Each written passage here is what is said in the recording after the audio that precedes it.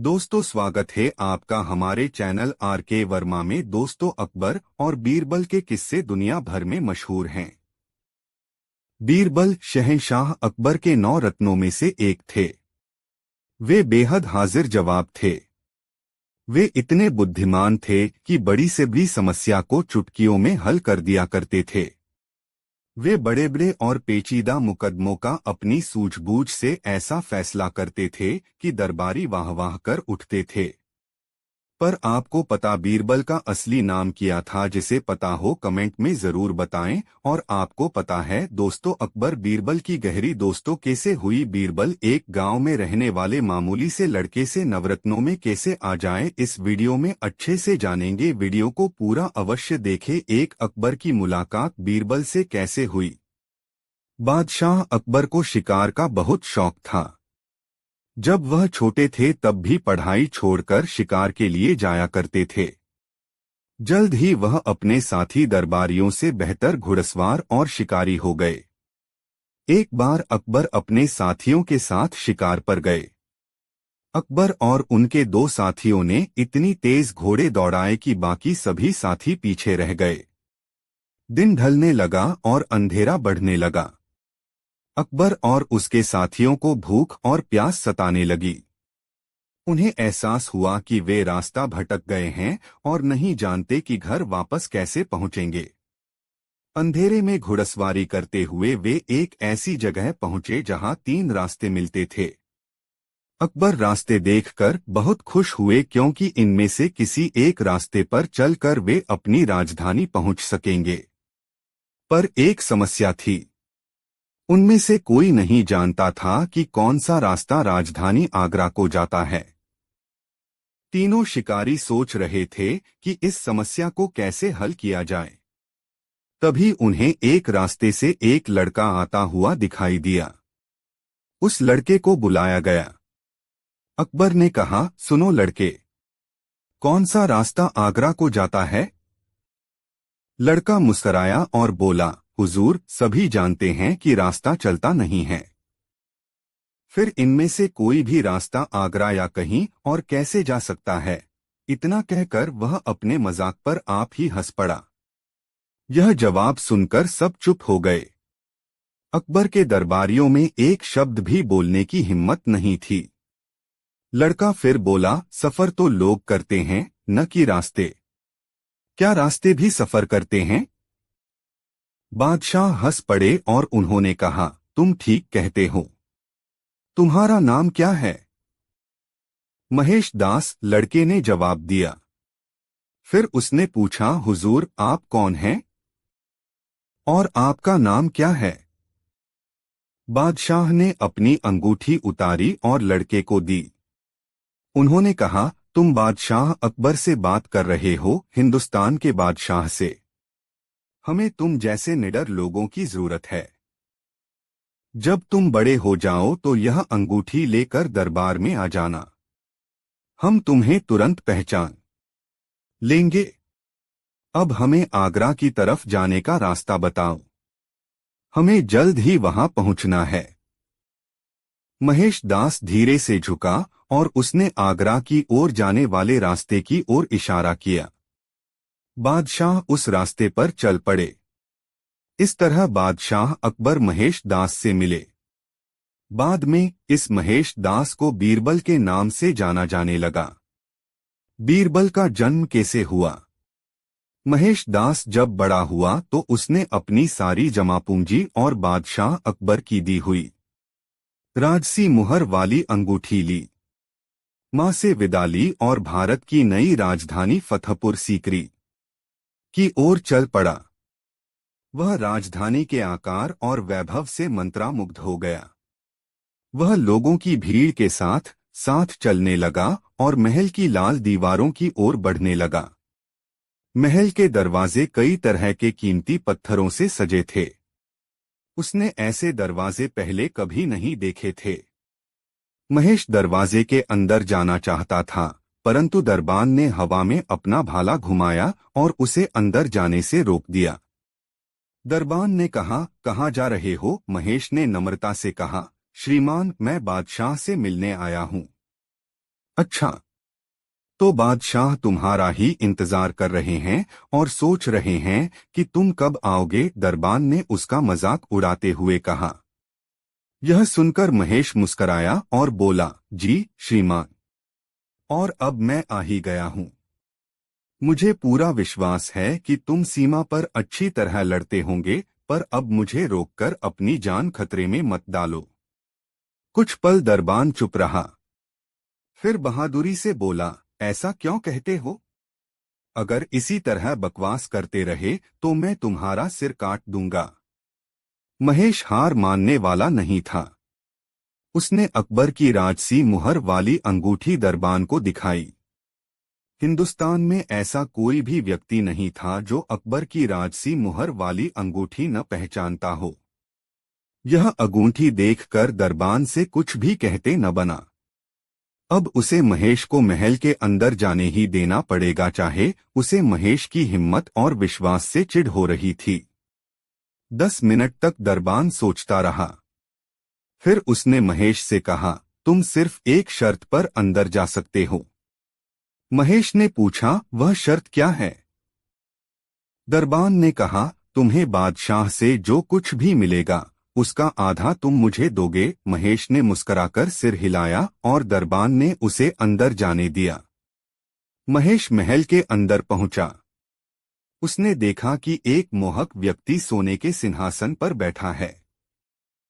उसने एकदम पहचान लिया कि वह बादशाह अकबर है। सबको अपने सामने से हटाकर महेश बादशाह के पास पहुंचा। वह बादशाह अकबर के सामने आदर से झुका और बोला, हे पूर्ण चंद्रमा, ईश्वर करे आपकी छाया हमेशा बढ़ती रहे। अकबर मुस्कराए और उन्होंने महेश से पूछा, नौजवान क्या चाहते हो? महेश सीधा खड़ा हुआ और बोला, श्रीमान, मैं आपके आदेश से यहाँ आया हूँ। यह कहकर उसने वह अंगूठी बादशाह को दी जो बादशाह ने उसे कुछ साल पहले दी थी। तुम एक अच्छे लड़के हो। अब तुम क्या चाहते हो? तुम्हारे मन की इच्छा क्या है? बताओ, मैं उसे पूरा करने की पूरी कोशिश करूंगा। महेश को दरबान को दिया हुआ अपना वादा याद आया। उसने बादशाह से कहा, मुझे 100 कोड़े लगाए जाए। बादशाह अकबर हैरान हो गए। वे बोले, मैं ऐसा कैसे कर सकता हूँ जब तुमने कोई गलती ही नहीं की। महेश ने बड़ी नरमी से कहा, हुजूर, अपने वादे से पीछे मत हटिए। आपने मेरे मन की इच्छा पूरी करने का वादा किया है। बादशाह कुछ भी समझ नहीं पाए। बड़े अनमने मन से उन्होंने महेश की पीठ पर 100 कोड़े लगाने का आदेश दिया। लोग हैरान थे कि मार खाते हुए महेश ने उफ तक नहीं की। जब 50 कोड़े लग चुके तो महेश अचानक चिल्लाया, अब बस करो। अकबर ने पूछा, क्यों? क्या हुआ? महेश ने कहा, हुजूर, जब मैं यहाँ आ रहा था तो आपके दरबान ने मुझे अंदर आने से रोका। जब मैंने उससे वादा किया कि आप जो कुछ मुझे देंगे मैं उसका आधा उसे दूंगा, तब उसने मुझे अंदर आने दिया। मैंने अपना हिस्सा ले लिया है। अब दरबान की बारी है। यह सुनकर सभी जोर से हंस पड़े। दरबान को अपनी रिश्वत लेने के लिए बुलाया गया। बादशाह ने महेश से कहा, तुम अब भी वैसे ही निडर हो जैसे बचपन में थे। तुम अब बहुत ही चतुर नौजवान हो गए हो। मैं अपने दरबार से रिश्वत लेने वालों और बेईमान लोगों को हटाना चाहता था। मैं कई कानून बनाकर भी वह न कर पाता जो तुमने एक छोटे से उपाय से कर दिखाया। अब से अपनी बुद्धिमत्ता के कारण तुम्हें लोग बीरबल कहेंगे और तुम मेरे मुख्य सलाहकार बनोगे। दोस्तों, कुछ इस तरह बुद्धिमान बीरबल का जन्म हुआ। दोस्तों, अब सुनते हैं अकबर और बीरबल की मजेदार कहानी। उससे पहले वीडियो को एक लाइक जरूर कर दे। दोस्तों, अकबर बादशाह का दरबार लगा हुआ था। दरबारी अपने अपने स्थानों पर बैठे हुए थे। बीरबल का आसन अलग से दिखाई दे रहा था। तभी 2 सिपाही एक आदमी को लेकर हाजिर हुए। उनमें से एक ने बताया, जहांपना, इस आदमी को रिश्वत लेते हुए पकड़ा गया है। अकबर ने पूछा, इस आदमी को किस काम पर लगाया था? जहांपनाह, यह अनाज के गोदाम में काम करता है। सिपाही बताया। बादशाह अकबर ने उसे हवालात में बंद करने का आदेश दिया और बीरबल से बोले, बीरबल, तुम्हारी क्या राय है? क्या इंसान को उसका पद भ्रष्टाचारी बना देता है? बीरबल ने निवेदन किया, जहांपनाह, मैं ऐसा नहीं समझता। मेरा विचार है कि भ्रष्टाचारी इंसान चाहे किसी भी पद पर हो, वह रिश्वत लेने का रास्ता निकाल ही लेता है। तभी एक दरबारी ने खड़े होकर कहा, गुस्ताखी माफ हो जहांपनाह, मैं बीरबल की इस बात से सहमत नहीं हूं। ऐसे सैकड़ों काम हैं जहांपनाह, जिन्हें करते हुए रिश्वत लेना संभव नहीं है। बीरबल ने उस दरबारी से पूछा, पर एक आध नाम तो बताइए, वह कौन सा काम है? दरबारी बोला, जैसे जहांपनाह जिसे गिरफ्तार किया गया है, उसे यमुना के किनारे बैठकर लहरें गिनने का काम सौंप दीजिए। मेरा दावा है, इस काम को करते हुए वह एक दमड़ी की भी रिश्वत नहीं ले सकेगा। इस पर बीरबल ने कहा, जहांपनाह, कोई भ्रष्ट कर्मचारी सुधर जाए तो अच्छा ही है, किंतु मुझे नहीं लगता यह तरकीब कुछ काम करेगी। दरबारी ने जोर देते हुए कहा, जरूर काम करेगी, आजमाकर तो देखिए। बादशाह अकबर ने पूरी बात ध्यान से सुनी और उस कर्मचारी को नए काम पर लगा दिया। वह कर्मचारी सुबह से शाम तक यमुना के किनारे पर बैठा रहता और यमुना में उठने वाली लहरों की गिनती करता रहता। धीरे धीरे एक सप्ताह बीत गया। एक दिन दरबारी ने बीरबल से पूछा, बीरबल, 7 दिन हो गए हैं, अब तक उस आदमी के बारे में कोई शिकायत नहीं मिली। बीरबल ने धीरे से हाँ कहा और चुप हो गए, किंतु उन्हें विश्वास नहीं था कि वह आदमी सुधर गया होगा। उन्होंने बादशाह से निवेदन किया, जहांपनाह, क्यों न वहां चलकर खुद देखा जाए? अकबर ने कहा, हाँ बीरबल, कल सुबह हम वहां खुद जाएंगे। दूसरे दिन बीरबल और बादशाह अकबर ने व्यापारी का वेश बनाया। उन्होंने एक नाव ली और यमुना के किनारे पर चल दिए।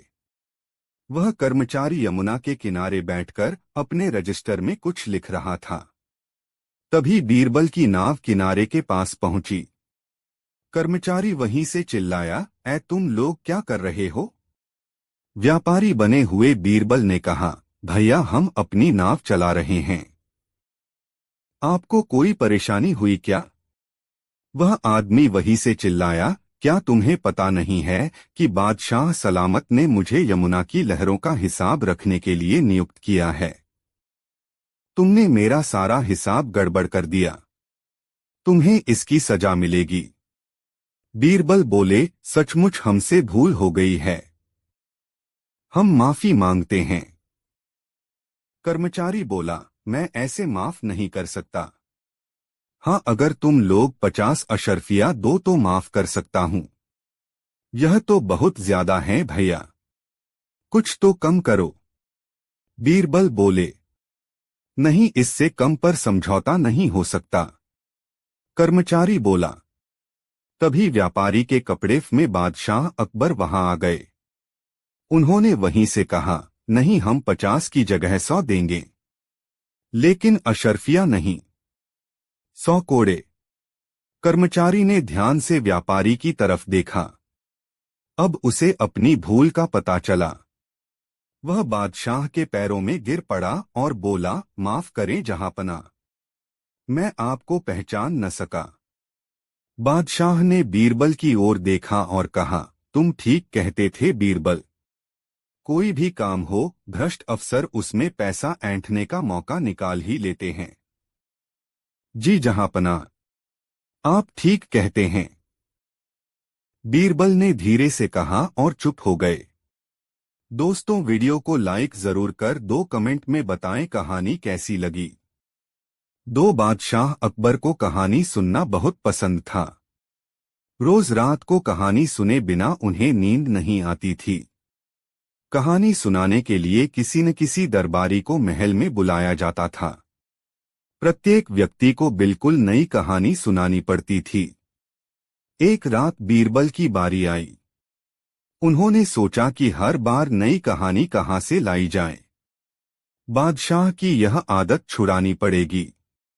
बीरबल रात में अकबर के कक्ष में पहुंचे। बादशाह उनकी प्रतीक्षा कर रहे थे। उन्होंने कहा, आओ बीरबल, आज हमको कोई नई और लंबी कहानी सुनाओ। आज हम बहुत बेचैन हैं। बीरबल आराम से बैठ गए और कहानी सुनाने लगे। हुजूर, एक गांव में एक मालदार किसान रहता था। एक बार उसने मिस्त्रियों को बुलाया और उन्हें एक बड़ा कोठार बनाने की आज्ञा दी। वह चाहता था कि कोठार सब तरफ से बंद हो, उसमें कहीं से भी हवा न जा सके, उसमें खिड़की दरवाजे भी न हो। इस बार जब फसल काटी गई तो किसान ने सारा गेहूं कोठार में भरवा दिया। किंतु एक समस्या पैदा हो गई। मिस्त्री की गलती से कोठार की एक एक दीवार में एक छोटा सा छेद छूट गया। एक गौरैया आई, वह कोठार में घुसी और गेहूं का एक दाना लेकर फुर्र से उड़ गई। अकबर ने पूछा, फिर क्या हुआ? बीरबल ने आगे बताया, फिर एक गौरैया आई, कोठार के अंदर गई और गेहूं का एक दाना लेकर फुर्र से उड़ गई। फिर एक और गौरैया आई, कोठार के अंदर गई और एक दाना लेकर उड़ गई। इस प्रकार बीरबल ने 50 गौरैयों का किस्सा सुना डाला कि कैसे वे अंदर गई और अपनी चोंच में गेहूं का एक दाना लेकर उड़ गई। अकबर ने बीरबल को रोकते हुए कहा, अब बहुत सारी गौरैया दाना लेकर उड़ चुकी, आगे की बात बताओ। जहां पनाह वहां तो हजारों गौरैया थी। मैंने तो अभी सिर्फ 50 का हाल सुनाया है। जब तक सारा कोठरी खाली न हो जाएगा, कहानी इसी प्रकार चलती रहेगी। हो सकता है इसको खाली होने में कि महीने लग जाएं, कि साल भी लग सकते हैं। अकबर ने बीरबल को रोका, बस बीरबल, बंद करो यह कहानी, हमें नींद आ रही है। दोस्तों, वीडियो को लाइक जरूर कर दो, कमेंट में बताएं कहानी कैसी लगी। 3 बीरबल की सूझबूझ, बुद्धि और हाजिर जवाबी से जहां बादशाह अकबर प्रसन्न रहते थे, वहां दरबार के अन्य लोगों में की ऐसे थे जो बीरबल को उच्च पद से हटाना तथा बादशाह की दृष्टि में गिरना चाहते थे। वे लोग ऐसे अवसर की तक में रहते थे जब वे बादशाह के कान भर सकें या किसी भी तरह बीरबल को नीचा दिखा सकें। ऐसे अवसर अक्सर आते रहते थे। बीरबल की अनुपस्थिति में बादशाह के कान भरने वालों ने एक स्वर में कहा, हमारी समझ में आज तक यह नहीं आया है जहां पनाह की हम लोगों में क्या कमी है। बीरबल को इतना महत्व क्यों दिया जाता है? यहां तो उससे कहीं अधिक पढ़े लिखे लोग हैं। बादशाह अकबर मौन रहे। वे चुपचाप सुनते रहे। बादशाह को उपेक्षा के भाव से मुस्कुराते देखकर एक मौलाना बोले, जहां पनाह, उस आदमी से आपको इतना लगाव क्यों है? क्या वह हमसे ज्यादा विद्वान है? बहुत फर्क है उसमें और आप लोगों में। बादशाह ने कहा, जानने की इच्छा है हुजूर। फर्क जानना चाहते हो? बादशाह ने पूछा। हाँ हुजूर, फर्क पता चल जाएगा। इसी समय बीरबल के पास सूचना भेज दो कि वह 7 दिनों के लिए छुट्टी पर रहें, दरबार में न आएं। तुम लोगों में जो सबसे चतुर हो वह बीरबल के स्थान पर कार्य करे। इस एक हफ्ते में फर्क का पता चल जाएगा। ऐसा ही किया गया। उन लोगों में जो सबसे अधिक चतुर था उसे बीरबल के स्थान पर नियुक्त कर दिया गया। बीरबल को हफ्ते भर के लिए छुट्टी दे दी गई। बादशाह इम्तहान लेने का उचित अवसर और इम्तहान का विषय तलाश करते रहे। एक सप्ताह खत्म होने को आया। 6ठा दिन था। बादशाह ने दरबारियों को एकत्र कर उनके द्वारा चुने गए उस तुर मौलाना से कहा, हमारे महल के पिछले हिस्से में कुतिया के बच्चों की सी आवाजें आती रहती हैं। देखकर आओ क्या बात है। बहुत अच्छा हुजूर, कहकर मौलाना साहब चले गए। वे थोड़ी देर बाद लौटे तो बादशाह ने मुस्कुराकर पूछा, क्या देखा? कुतिया ने बच्चे दिए हैं हुजूर, वे ही कूकू करते रहते हैं। कितने बच्चे हैं? बादशाह ने पूछा। हुजूर मैंने तो नहीं गिने। जाओ गिनकर आओ। बादशाह ने आज्ञा दी। मौलाना आज्ञा पाकर दोबारा गए और थोड़ी देर बाद लौट आए। आते ही बोले, जहां पनाह 5 बच्चे दिए हैं कुतिया ने। मैं स्वयं गिनकर आया हूं। गिन आए? बादशाह ने पूछा। जी हां, मौलाना ने उत्तर दिया। अच्छा। बादशाह ने मुस्कुराकर कहा, फिर तो तुमने यह भी जरूर देखा होगा कि उनमें कितने नर हैं और कितने मादा हैं। मौलाना चकरा गए। हुजूर यह तो देखा नहीं। मौलाना बोले। देख कर आओ। मौलाना तीसरी बार गए और यह देखकर आए कि बच्चों में कितने नर हैं और कितने नर हैं और कितनी मादाएं। आकर बोले, हुजूर 2 नर हैं और 3 मादाएं हैं। अच्छा, जो नर हैं उनके रंग कैसे कैसे हैं? जी, मैंने दोनों नर बच्चों के रंग पूछे हैं। बादशाह ने कहा। जी, जहां तक याद है उनमें से एक तो काला है, एक शायद सफेद है। जरा मैं एक बार देख आता हूं। और मौलाना चौथी बार गए। आकर बताया कि एक नर काला सफेद है और दूसरा बादामी। मादाओं में से 2 काली और एक बादामी है। बैठ जाइए, बादशाह ने कहा। मौलाना बैठ गए। अब बीरबल को यहां बुलवाया जाए। बीरबल ने आते ही कहा, हुजूर अभी तो 1 दिन और बाकी है, मैं परसों अपने आप ही आ जाता। जरूरी काम है, इसलिए बुलवाया है। बादशाह बोले। सेवा बताएं। बीरबल ने पूछा। हमारे महल के पिछले भाग में अजीब सी आवाजें आती हैं, जैसे कभी कुतिया भौंकने की, कभी कुतिया के बच्चों के कूकू करने की, तो कभी गुर्राने की। देखकर आओ, माजरा क्या है, जरा जल्दी लौटना। अच्छा जहांपना। बीरबल चले गए। बीरबल जब लौटे तो बादशाह ने प्रश्न किया, क्या बात है? कुतिया ब्याई है जहांपना। उसी के बच्चे कूकू करते हैं। कुतिया गुर्राती या भौंकती रही होगी रात को, कोई बात नहीं है। वहां कितने बच्चे हैं? 5 बच्चे हैं। उनमें नरमादा कितने हैं? 2 नर, 3 मादाएं। रंग किस प्रकार का है? एक नर काला सफेद, दूसरा बादामी। मादाएं 2 काली और एक बादामी है। बीरबल का उत्तर सुनकर बादशाह प्रसन्न हो गए।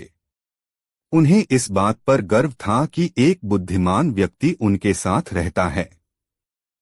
अपनी प्रसन्नता दबाए हुए वे बोले, तुम लोग समझ गए होगे कि तुम में और बीरबल में क्या फर्क है।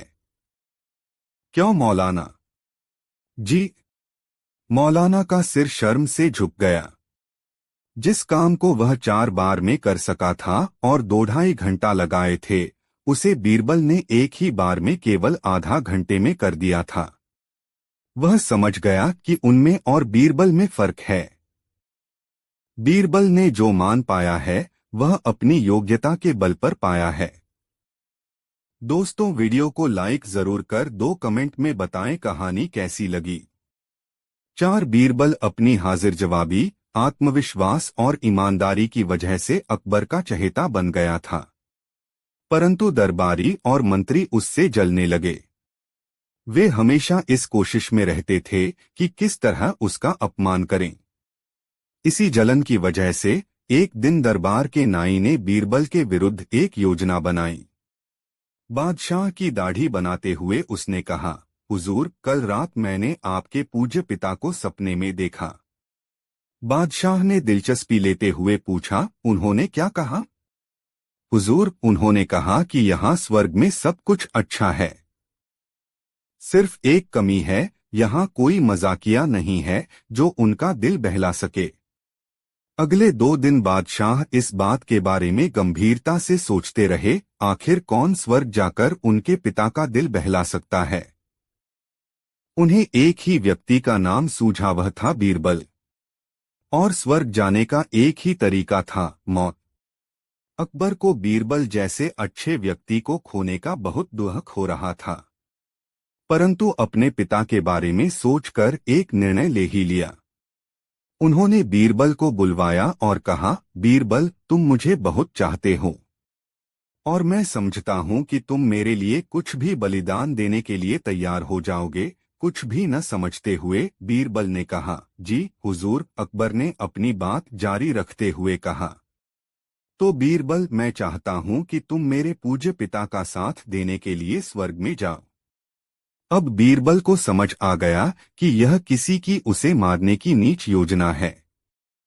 उसने नम्रता से कहा, हुजूर, मैं जरूर ऐसा करूंगा, परंतु मुझे तैयारी करने के लिए कुछ दिन चाहिए। बादशाह ने कहा, जरूर। तुम मेरे लिए इतना कुछ कर रहे हो, सो मैं तुम्हें तैयारी के लिए 1 सप्ताह का समय देता हूं। अब बीरबल चिंता में डूब गया। किसी ने बहुत सोच समझकर योजना बनाई है और उससे बचना बहुत मुश्किल होगा। वह बहुत देर तक सोचता रहा। आखिर उसे एक रास्ता सूझा।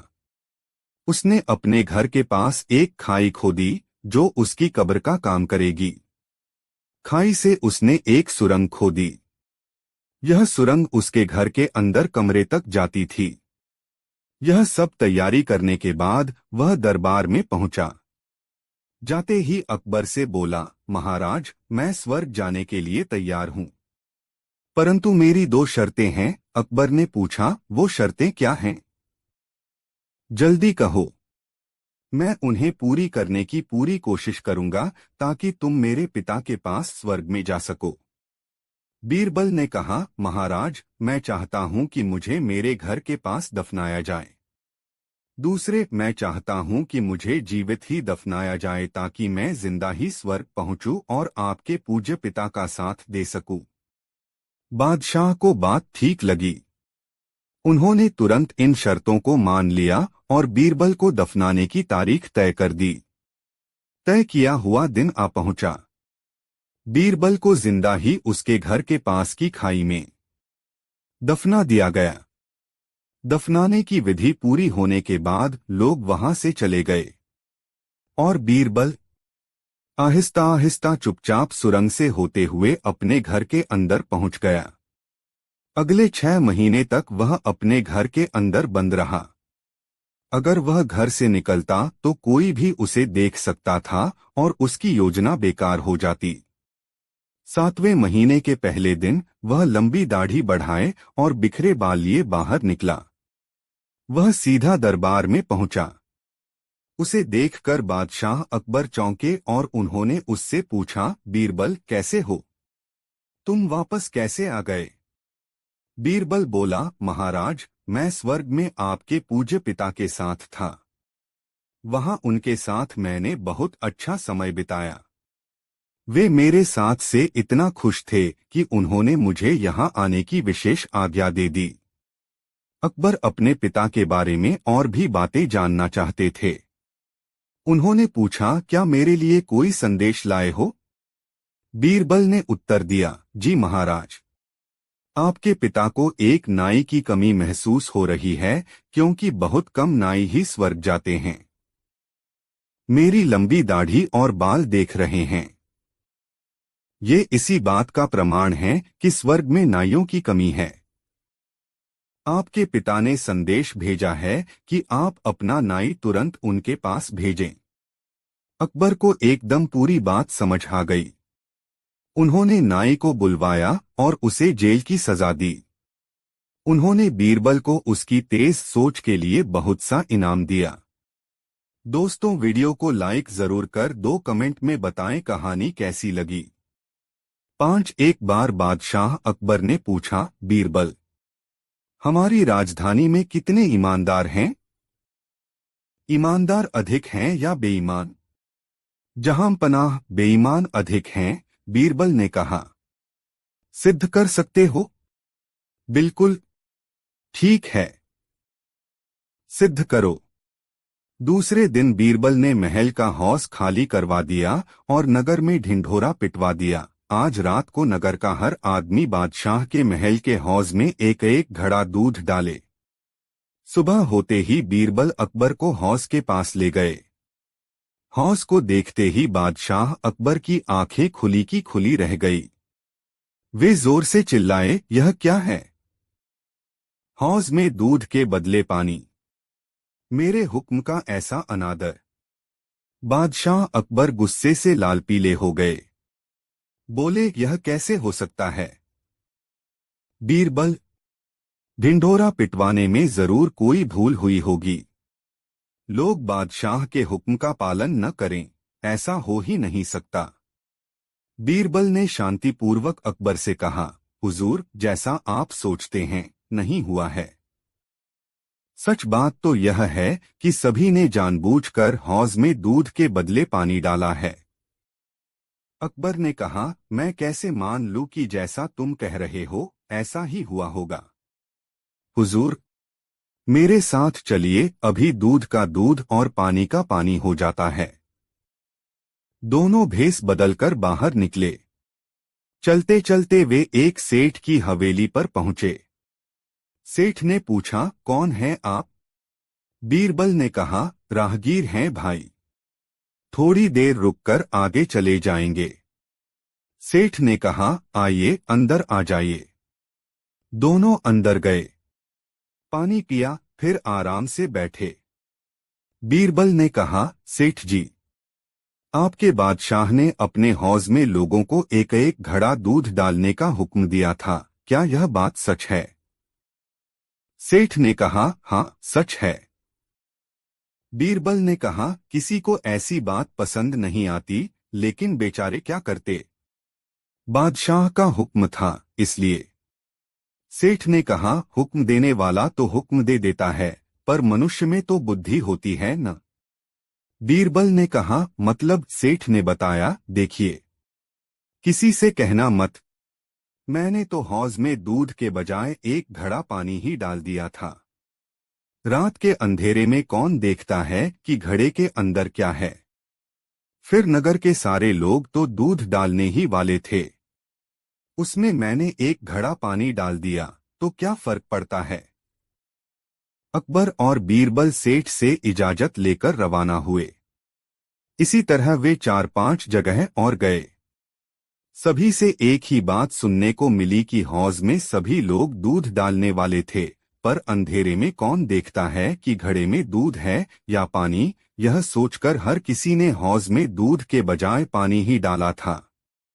बीरबल ने कहा, हुजूर, अभी और कहीं पता लगाने जाना है क्या? अकबर ने कहा, नहीं नहीं, इतना ही बहुत है। तुम सच कहते हो, सभी बेईमान गलत काम में एक हो जाते हैं, और खास तौर पर स्वार्थ साधने में। शिक्षा हमें निर्णय पर पहुंचने से पहले तथ्यों पर गौर कर लेना चाहिए। यह एक महत्वपूर्ण तथ्य है कि डर हमेशा अधिकारी की आज्ञा पालन में महत्वपूर्ण भूमिका अदा करता है। अधिकारी इस बात का लाभ उठा सकते हैं। यदि उच्च अधिकारी इस बात से अनभिज्ञ है, तो उसके अंतर्गत काम करने वाले डर खो देते हैं, जबकि उच्चाधिकारी अपनी अधिकारिता। दोस्तों, वीडियो को लाइक जरूर कर 2 कमेंट में बताएं कहानी कैसी लगी। 6 एक बार बादशाह अकबर ने बीरबल की बुद्धि की परीक्षा लेनी चाहिए। उन्होंने बीरबल से पूछा, बीरबल, क्या बुद्धि की खेती की जा सकती है? बीरबल कुछ सोचते हुए बोला, जी हुजूर, जरूर की जा सकती है। यह सुनकर अकबर बोले, तो ठीक है, तुम बुद्धि की खेती करो और उसका फल हमें उपहार में दो। बीरबल बोले, जैसा जहांपनाह का हुक्म। मैं जल्दी ही बुद्धि की खेती करके उसका पहला फल आपको भेंट करूंगा। सभी दरबारी अकबर और बीरबल की बातें सुन रहे थे। वे हैरान थे कि बीरबल बुद्धि की खेती कैसे करेंगे और कैसे बुद्धि का फल बादशाह को भेंट करेंगे। दरबार के समाप्त होने पर बीरबल सीधे राजमाली के पास जा पहुंचे और बोले, माली, राज उद्यान में कद्दू की बेलों पर क्या कद्दू आ रहे हैं? माली बोला, हुजूर, आ तो रहे हैं, पर अभी वे आलू टमाटर जितने ही छोटे हैं। यह सुनकर बीरबल बहुत प्रसन्न हुए। उन्होंने माली के कान में कुछ कहा, फिर वे अकबर के पास गए और बोले, जहांपना, मैंने बुद्धि की खेती शुरू कर दी है। मैं कुछ दिनों में आपको बुद्धि का पहला फल भेंट कर दूंगा। कुछ दिनों के बाद बीरबल राज उद्यान में फिर गए। वहां माली ने छोटे छोटे कद्दुओं को घड़े के अंदर डाल रखा था। यह देखकर बीरबल वापस लौट आए। उधर कद्दू मटकों में ही बड़े होने लगे। कुछ दिनों बाद कद्दू इतने बड़े हो गए कि पूरे मटकों में समा गए। अब उन्हें मटकों को तोड़े बिना नहीं निकाला जा सकता था। यह देखकर बीरबल ने सारे कद्दू मटकों सहित कटवा लिए और अकबर के पास संदेश भिजवाया कि कल सुबह मैं बुद्धि का पहला फल लेकर दरबार में आ रहा हूं। अगले दिन दरबार में सब बेसब्री से बीरबल का इंतजार करने लगे। तभी बीरबल 2 मटके लिए दरबार में उपस्थित हुए और अकबर से बोले, जहांपना, मैं बुद्धि के फल ले आया हूं, किंतु ये फल बड़े नाजुक हैं। याद रहे, इन मटकों में से फल निकालते समय न तो बुद्धि का फल कटे और न ही मटके फूटें। यह सुनकर बादशाह हैरान रह गए। उन्होंने मटके में झांक कर देखा तो वे बहुत हंसे। वे बीरबल की बुद्धिमानी से बहुत प्रसन्न हुए। सभी दरबारी भी बीरबल की प्रशंसा करने लगे। शिक्षा, यह कहानी हमें यही शिक्षा देती है कि बुद्धिबल के सहारे असंभव को भी संभव किया जा सकता है। बुद्धि की कहीं खेती नहीं होती, पर बीरबल ने अपनी बुद्धि चातुर्य से यह भी कर दिखाई। दोस्तों, वीडियो को लाइक जरूर कर 2 कमेंट में बताएं कहानी कैसी लगी। साथ बादशाह अकबर ने सुना कि कोई ज्योतिष शेखी बघारता है कि उसकी भविष्यवाणी कभी झूठी नहीं हो सकती। उसे सजा देने के लिए दरबार में बुलाया गया। अकबर ने उस व्यक्ति से पूछा, तुम कहते हो कि तुम भविष्य बिल्कुल सही बताते हो, तो मुझे बताओ कि तुम्हारी मृत्यु कब होगी। वह आदमी बोला, मुझे अपनी पत्रिका देखनी पड़ेगी, आप मुझे 1 घंटे का समय दीजिए।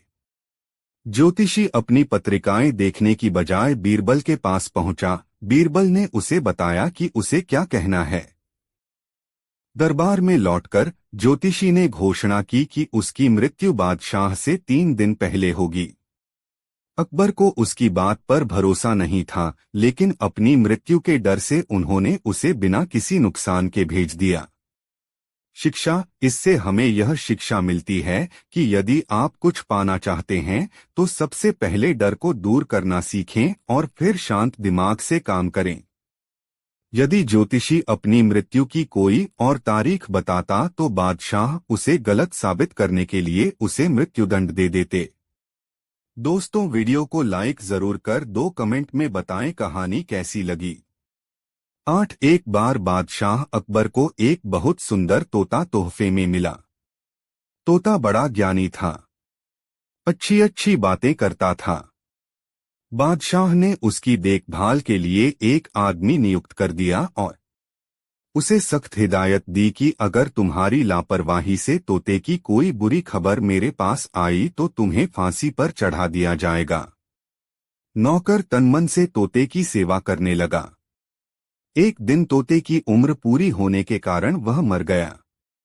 अब तो तोते का रखवाला घबराया और बादशाह के डर के कारण रोता हुआ बीरबल के पास पहुंचा। उसने जाते ही बीरबल के पांव पकड़े और बोला, रक्षा हुजूर रक्षा। बादशाह का तोता मर गया है और अगर मैंने यह बात उन्हें बताई तो वे मुझे फांसी पर लटका देंगे। बीरबल ने नौकर से कहा, घबराओ मत और घर जाओ। बीरबल ने बादशाह से कहा, जहांपनाह, आपका तोता साधु बन गया है और उसने समाधि ले ली है। बीरबल, तुम यह क्या कह रहे हो? तुम अवश्य मजाक कर रहे हो, क्या पक्षी भी कभी समाधि लेते हैं? जहांपनाह, तोते ने अपनी आंखें बंद कर ली है और पैर आकाश की तरफ कर रखे हैं। बादशाह तोते को देखने पहुंचे और देखकर बोले, बीरबल, क्या तुम सीधे सीधे यह नहीं कह सकते हो कि तोता मर गया? मैं कह सकता था, पर अगर मैं आपसे ऐसा कहता तो आप नौकर को फांसी लगवा देते। अकबर मुस्कुराए और बोले, तुमने दूसरे आदमी की जान बचाई। मैं तुम्हारा शुक्रगुजार हूँ। शिक्षा किसी को बुरी खबर इस प्रकार से देनी चाहिए कि प्राप्त करने वाले को सदमा न लगे, क्योंकि खबर मिलने से जो भी अवांछनीय परिणाम होगा उसे आपको ही झेलना पड़ेगा। दोस्तों, वीडियो को एक लाइक जरूर कर दे। एक बार अकबर अपने एक दरबारी से इतना क्रोधित हो गए कि उसे दरबार से निकालते हुए बोले, तुम मुझे दोबारा अपना चेहरा मत दिखाना। वह व्यक्ति बीरबल के पास मदद के लिए गया। उस दरबारी के घर पर परेशानी थी, उसकी पत्नी और मां दोनों बीमार थे। बीरबल ने उसकी मदद करने की सोची। कुछ दिन बाद अकबर बहुत परेशान थे और कोई भी उन्हें खुश नहीं कर पा रहा था। तभी दरबार में एक व्यक्ति आया जिसने एक मुखौटा पहना था। जो भी उसे देखता अपने आप को हंसने से नहीं रोक पाता। जब अकबर आए और देखा कि पूरा दरबार उस खामोशी से बाहर आ चुका तो वह और दुखी हो गए। उन्होंने जानना चाहा कि यहाँ क्या हो रहा है। मुखौटा पहने वह व्यक्ति अकबर के सामने आया तो अकबर भी हंसे बिना नहीं रह सके। अकबर उस व्यक्ति से बोले, अपना मुखौटा हटाओ और हम तुम्हें इनाम देंगे। मुखौटे वाला व्यक्ति बोला, जहां पनाह, मैं इसे नहीं उतार सकता। मैं वही दरबारी हूं जिसे आपने अपना चेहरा कभी न दिखाने की आज्ञा दी थी, इसलिए मैं यह मुखौटा पहनकर आया हूं। अकबर को तुरंत समझ आ गया कि यह तरीका बीरबल का बताया हुआ है और उन्होंने दरबारी पर लगाई रोक हटा दी। इस कहानी से शिक्षा, जहां पर कोई चीज काम नहीं आती वहां कई बार मजाक काम कर जाता है, और जब मालिक अपने सेवकों से निरर्थक बातें करता है तो सेवक अपनी नौकरी, अपनी जान बचाने के लिए हंसी की बातों का सहारा लेते हैं। इसलिए जब कुछ काम न करे तो थोड़ा बहुत मजाक का सहारा लेना चाहिए। दोस्तों, यह कहानी आपको कैसी लगी कमेंट में जरूर बताएं। ऐसी और नई कहानी सुनने के लिए हमारे चैनल आरके वर्मा को सब्सक्राइब जरूर कर ले और यह वीडियो अपने मित्रों को जरूर शेयर करें। वीडियो देखने के लिए धन्यवाद।